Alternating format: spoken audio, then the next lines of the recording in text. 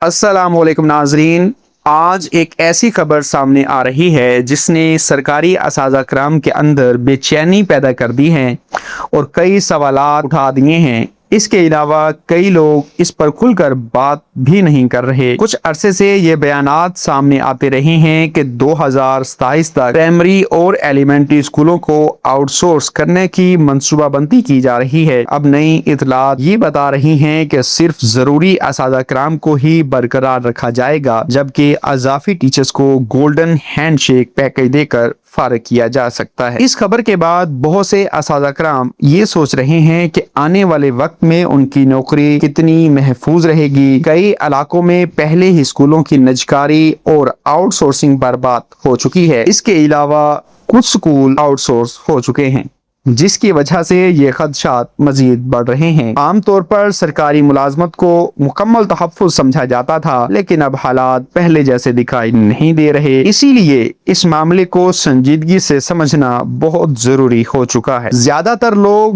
یہ سمجھ رہے ہیں کہ شاید تمام اساتذہ کرام کو ایک ساتھ فارغ کر دیا جائے گا، حالانکہ ابھی ایسی کوئی باضابطہ مکمل پالیسی سامنے نہیں آئی۔ اطلاعات یہی ہیں کہ صرف وہی اساتذہ کرام رکھے جائیں گے جن کی واقعی ضرورت ہوگی، جبکہ اضافی پوسٹوں کو کم کیا جا سکتا ہے۔ گولڈن ہینڈ شیک پیکج کا مطلب یہ ہوتا ہے کہ ملازم کو کچھ مالی فائدہ دے کر نوکری سے الگ کیا جائے۔ کئی سرکاری اداروں میں ماضی میں بھی ایسے اقدامات دیکھنے میں آئے ہیں، اسی لیے اس خبر کو مکمل طور پر نظر انداز کرنا بھی درست نہیں ہوگا۔ سب سے زیادہ پریشانی ان اساتذہ کرام میں پائی جا رہی ہے جن کی پوسٹنگ ایسے علاقوں میں ہے جہاں طلبہ کی تعداد کم ہے۔ کچھ لوگ اسے صرف افواہ قرار دے رہے ہیں، جبکہ کچھ اسے آنے والی بڑی تبدیلی کا آغاز سمجھ رہے ہیں۔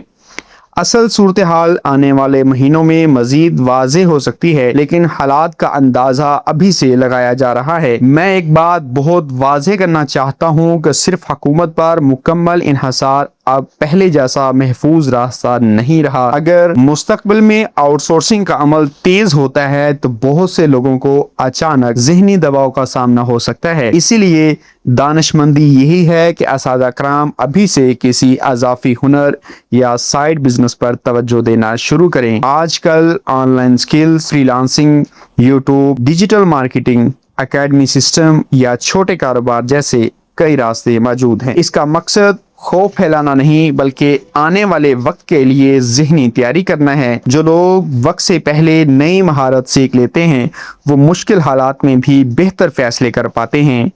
حالات جیسے بھی ہوں، خود کو صرف ایک آمدنی تک محدود رکھنا اب خطرناک ثابت ہو سکتا ہے۔ بہت سے اساتذہ کرام یہ سوال بھی کر رہے ہیں کہ اگر واقعی ایسا فیصلہ ہوا تو ان کے خاندان اور مستقبل کا کیا بنے گا۔ حقیقت یہ ہے کہ سب سے اہم چیز اس وقت درست منصوبہ بندی اور ذہنی تیاری ہے۔ اگر کسی کے پاس آج مستقل نوکری موجود ہے تو یہ بہترین وقت ہے کہ وہ ساتھ میں کوئی اور راستہ بھی بنائے تاکہ اچانک تبدیلی مشکل نہ لگے۔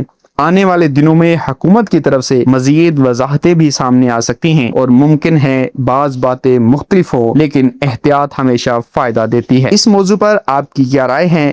اپنی رائے کمنٹ میں ضرور شیئر کریں۔